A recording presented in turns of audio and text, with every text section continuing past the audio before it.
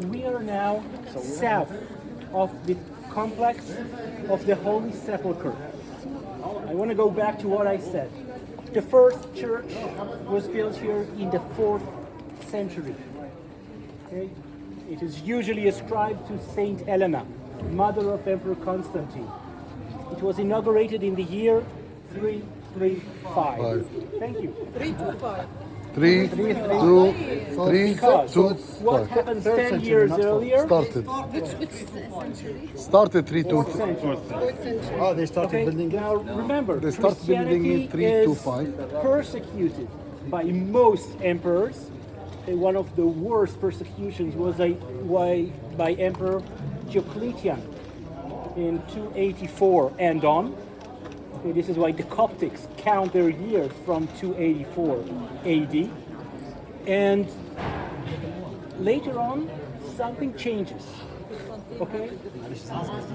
Christianity first becomes permitted, religia licita, and then becomes the governing religion of the empire. Okay, so Legitimate. from 324, that's the ruling religion. But for myself as an archaeologist, it's very hard to grasp this transition. The people didn't go away. There was no conquest. People stayed. just But converted. gradually they changed from paganism, or most converted. of them. Exactly. Okay, so it's hard to grasp it in archaeology because it could take the same decades. period. Exactly. It's a long period. But again, from early 4th century, and Jerusalem that used to be pagan, Became Christian. and right here used to be a temple to Venus, to Aphrodite. Now we have church, and we have pilgrims coming from all over. And even within the Christian world, okay, there are some church fathers who said, hey, Jerusalem is in heaven.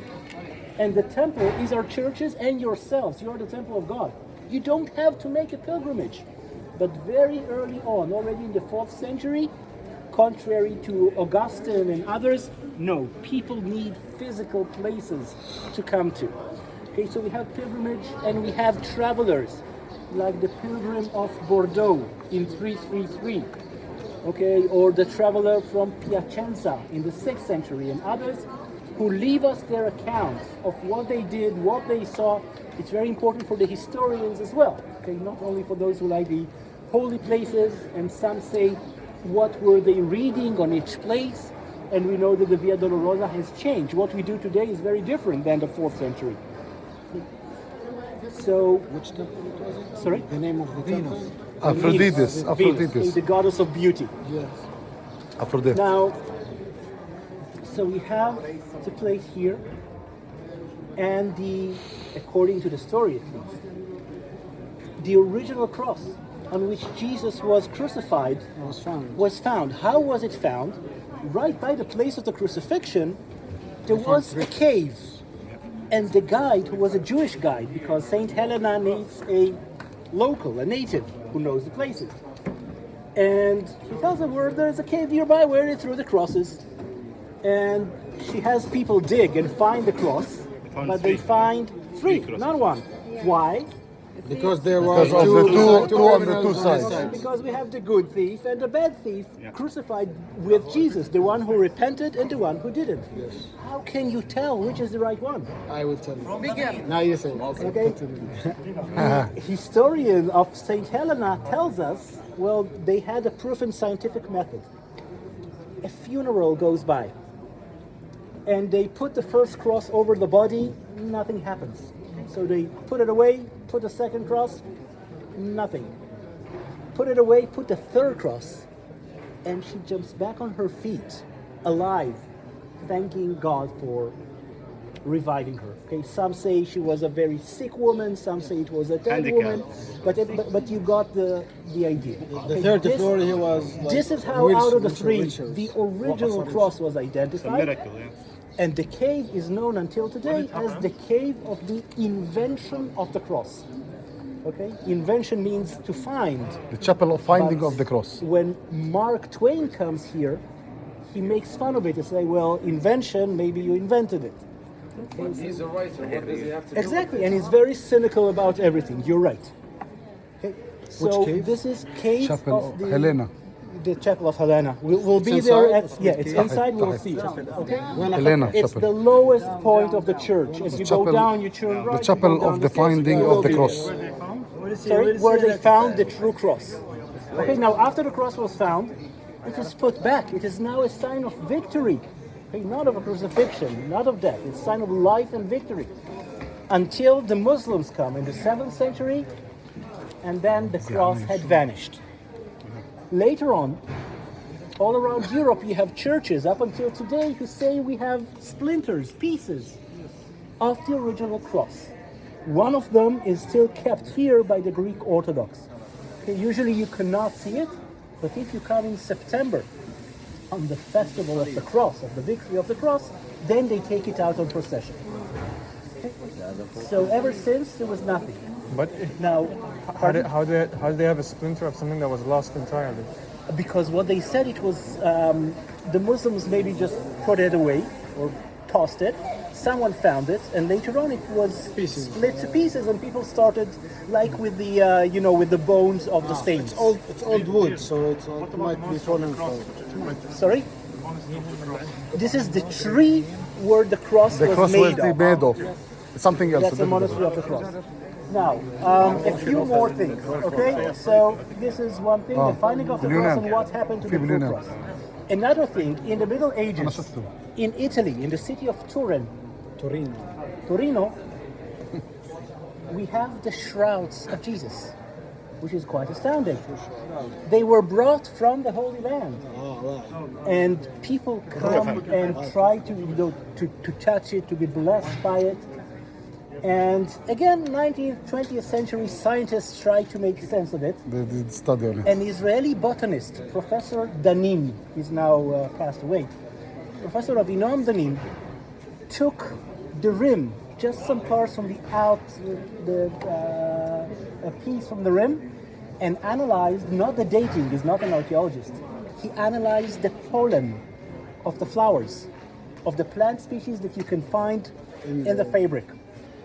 And he found almost 50 different species of plants. And what he said, I cannot tell what the date is, but all these plants are found within the area of Jerusalem. Okay, within about 3 to 5 kilometers, with a radius of a few kilometers from the city. So I know the shroud came from here. Which is, again, it's quite interesting. Another thing we have, Torino, the shroud, it's known as the Shroud of Turin. Torino. It's not comfortable here. I'm sorry. Sanna show I'm, is it? I'm gonna stay here for another 7 minutes. If you can't, you can stand aside. Sorry. Inside could be filled with people, and that's gonna be a lot worse. Another thing. So he's Jewish scientists. He did this. The Jewish scientists who did the experiment on the Right, pollen. okay, check the plant species. Okay, now, as you come in the church, there's only one way in and out, only from the south. Okay, and we said that the original access was from The east. Very good. Okay, from the Cardo. Okay, when did this happen? With Saladin.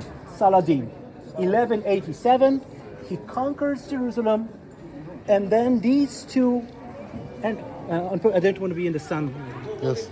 You see the two entranceways. Remember we spoke of marks of crusaders, the elbow capital, for Right. example? This is called a pillow arch. Okay? Pillow. This is the pillow arch. Okay. Pillow Okay, arch. you see why. Okay, again, typical crusader. And there used to be reliefs with scenes of the lives of Jesus just above it. You're now in the Rockefeller Museum.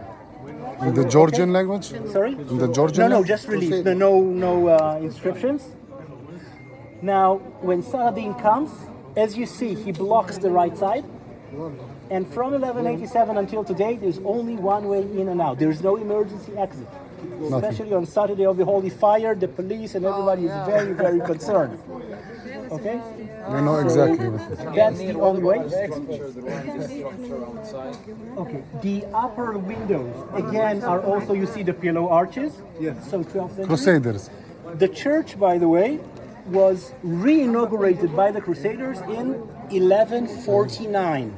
Exactly 50 years after the Crusaders conquered Jerusalem. 1149. They come in They come 1099, 1099, start 1149. renovation, and on purpose, on the 50th year, 1149, they re-inaugurate the church. 45.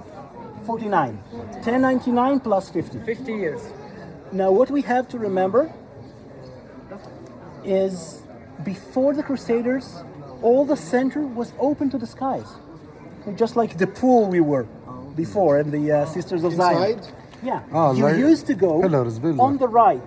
You see the big black window. Behind it is Golgotha, Calvary, the place of the crucifixion, the rock of the crucifixion. Okay? But everything around it was open. Okay, you would have gone under the sun or find a shady spot to pray by yourself, and then you would have gone on the left to the tomb, to the place of the burial and resurrection. Okay? Since the Crusaders, everything is covered. Okay, and it's covered in a typical Gothic architecture, typical of the Crusaders. So today everything is shaded and linked, but it wasn't this way before. Okay? Now we have 14 stations in the Via Dolorosa, the Trail of the Cross. The last 5 are here. Station 10 is right behind the window. The robe. In the times of the Crusaders, there are stairs. You used to come up and you could have prayed there. It's called the parting of the raiment, which means the division of the clothes. Okay, the Roman soldiers took off the clothes of Jesus when they put him on the cross, Right. and they divided it amongst themselves. So this is the 10th station. Then there is the preparation, putting Jesus on the cross. We will see it as we go upstairs. Today, as you enter on our right side, There's Coptic. there is a big mosaic, a big mural actually, that shows you Jesus stretched on the cross on the ground. Nailing. You see 2 figures standing right next to him, and above his head you see the hangman with the hammer and the nails, who just finished the work. On the side you see a bush, a shrub, just a simple plant. But as you go up on our side, just on the wall that turns this way, you see the prefiguration. The Hebrew Bible story that is reminiscent, is the source, if you will, of the equivalent of the crucifixion. And this is the binding of Isaac by Abraham. When God tells Abraham, go sacrifice your son, your only son, the one that you love, in a place that I will show you. And Abraham doesn't hesitate. Okay, it's a test. Abraham takes Isaac, his son. He wants to sacrifice him, and on the last moment, what happens? He told him stop. He changed it to The the. angel stops him and says, don't sacrifice your son. Here is a ram. Look at the bush. Here is a ram in the thicket. Sacrifice the bush and sorry. He was testing him. So Exactly. He's obedient to him. So I'll show you upstairs. I hope it won't be full with people. It's very interesting. The paintings that we'll see are early 20th century. But when you see the composition, on each one, you have a young man lying down. You have 2 figures standing up. And on each of them, you have the plant, you have this bush. But with Isaac, you have a ram, you have the sheep to be sacrificed. And next to Jesus, there is nothing in the bush. Because Jesus is the sheep, he's the Agnus Dei, and has to be sacrificed, so his blood would Okay. save all of humanity. What we're going to do inside, and then Where I'll his think of blood one more went, thing. blood Sorry? goes all the way down Right. to What the will- Adam Chapel. What we will do, hopefully, we're entering, going to the right, upstairs, to the top of Golgotha. Do you know what's before this, the story of this? I'll get to it. That's what I you- I'll say it when we come out, okay? But we're going to go upstairs to the top of Golgotha, which is the only place where you still see the natural rock, the bedrock, the place of the crucifixion. Then we're going to go down right below the Golgotha, the foot of The Golgotha. finding of the cross. It's called the Chapel of Adam. Adam. From the Chapel of Adam, we're going to go left بعدين بعد آدم. to the rotunda, to the main hall around the tomb. We're not entering the tomb, there's a very long line, but we will go around it. There's still works undergoing, the church is undergoing renovation, okay, but so I hope we'll find the way.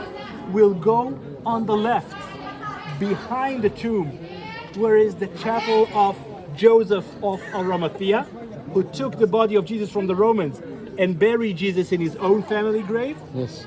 From there, we'll go around and downstairs to the place where the cross was found by Saint Helena, the Chapel of Helena and the Armenian Chapel of Saint Vartan. And then we'll complete the circle and come out here. Okay?